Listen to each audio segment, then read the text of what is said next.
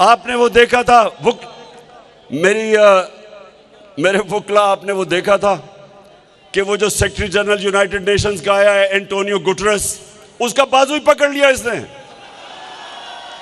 कहता कि अगर आप हमें पैसे देंगे तो मैं और मेरे मिनिस्टर आपको वादा करते हम चोरी नहीं करेंगे। कभी सुना ये? कभी मुल्क का प्राइम मिनिस्टर ऐसी बात करता है? और वो गुटरेस को, वो सेक्रेटरी जनरल को पता था कि 60% इनकी कैबिनेट जमानत पे है, करप्शन के केसेस पे है, प्राइम मिनिस्टर खुद जमानत पे है। तो मेरे वकील, आपने आज वादा करना है, मैं जो अब इस तारीख में निकल गया हूं, मेरी हफ्ते से ये तारीख शुरू हो जाएगी, आपने मेरे साथ निकलना है। जब मैं आपको कॉल दूं इस मुल्क को हकीकी तौर पे आजाद करने के लिए, और मैं अपनी सारी कौम को आज आपके सामने कह रहा हूं कि आगे से जो भी आपको नामालूम नंबर से टेलीफोन करके धमकियां दे, उसको वापस धमकी दो ये कहते हुए कि मेरा आइन मेरे फंडामेंटल राइट को प्रोटेक्ट करता है, फ्रीडम ऑफ स्पीच मेरा राइट है।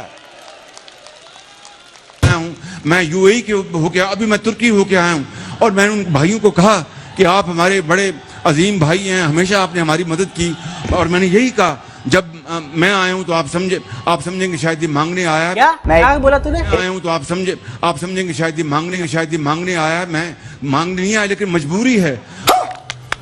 बस बस बस बस बस बस मैं ये कह रहा हूं कि देखिए, वो मैंने एक चीज कहता हूं अपनी पाकिस्तानी कौम के लिए कि एक फौज, एक शेरों की फौज जिसका सरदार गीदड़ हो, शेरों की फौज जिसका सरदार गीदड़ हो, वो हार जाएगी। 100 गीदड़ों की फौज जिसका सरदार शेर हो।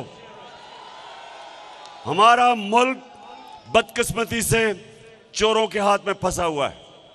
हमने इसकी पूरी तहरीक चलानी है।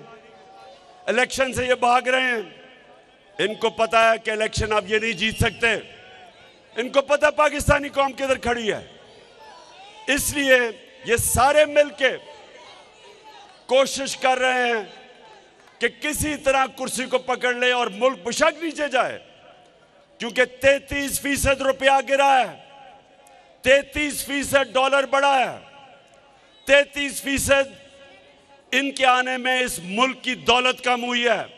आप सबका पैसा 33% कम हुआ है, लेकिन इनके मुल्क से बाहर पैसे पड़े हैं डॉलर्स में, इनकी दौलत में 33% इजाफा हुआ है। यहां लोग गरीब हुए हैं, ये अमीर हुए हैं।